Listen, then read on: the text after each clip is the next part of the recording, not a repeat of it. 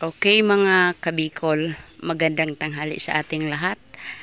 Ay titingnan po natin ang kung sa Bisaya kung tatawagin siya ay buungon. Ayan. Buungon po ang tawag sa amin sa mga Bisaya, Cebuano.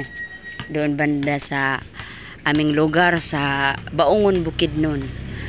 Kaya ngayon mga kabikol ay syempre tingnan natin yung mga buungon. Kung sa Bicol ito, lukban ang tawag nito. Kaya nung pumunta po ako dito, di ko po alam kung hindi ko po maintindihan ano daw ang sinasabi nila na lukban. Yun pala, sa kahuli-hulihan kong nalalaman ay buungon pala. Kaya maganda din yung pumupunta ka sa ibang lugar, talagang malalaman mo kung anong mga tawag nito at hindi kanila pwedeng ibebenta kasi alam mo na ang kanilang pananalita. Kaya yan guys, sa mga kabikol, ito ang lukban or buungon sa Cebuano or Bisaya, bandang Mindanao. Okay? So, tingnan natin. Kanina mga kabikol, nakita ko ang kung baga ano na siya, tama na siya sa hinog na. Hinog na. Marami siyang bunga. Kumuha kami kanina yung yung may-ari si si Mama Gina Albero. In short, ninang ko po siya. Kaya kumuha kami kanina, masarap pala ang lasa nito. At saka grabe. Grabe ang bunga pumupunta na nga siya doon. Kung titingnan ninyo, puno-puno po siya ng bunga. Kung sino-sino ang mga bisita dito, kasi maraming bisita nila lagi . Yan, punong-puno po siya ng mga bunga niya.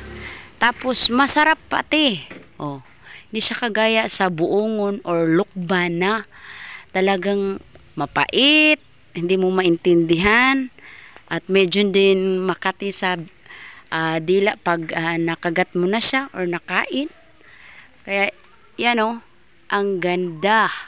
Punong-puno ng bunga. Ang sarap pati. Meron pa doon, magkaiba pala ang nila, magkaiba po ang bunga nila. Magkaiba ang lasa. Lasa pala. Yan. Kung makikita ninyo, talagang ang ganda ng bahay kapag ang paligid mo ay punong-puno ng mga punong kahoy na mga prutas. Yan. Kaya mga kabikol ay pasensyahan na ako kasi kung minsan ay hindi natin medyo mabigkas sa Tagalog. So babawiin natin doon sa Bisaya. Kung hindi natin kaya sa Bisaya, pwede natin siyang i-Bicol. Kasi ako natuto na rin sa Bicol, sabi nga luway-luway. Kung sa Bisaya, hinay-hinay lang. Okay. So yan lang mga kabikol, mga kaibigan, mga guys.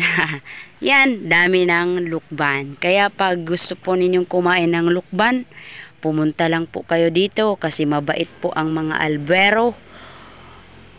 Hindi na kayo papabayarin at ibibigay na lang sa inyo. Wow! Kaya pag uwi namin sa Lunes mga kabikol, uubusin ko po ito. Hihingin ko kasi dalhin ko doon sa Lagunoy kasi wala doon ito sa amin. Kaya thank you very much. Okay mga kabikol, bye. See you next time. God bless.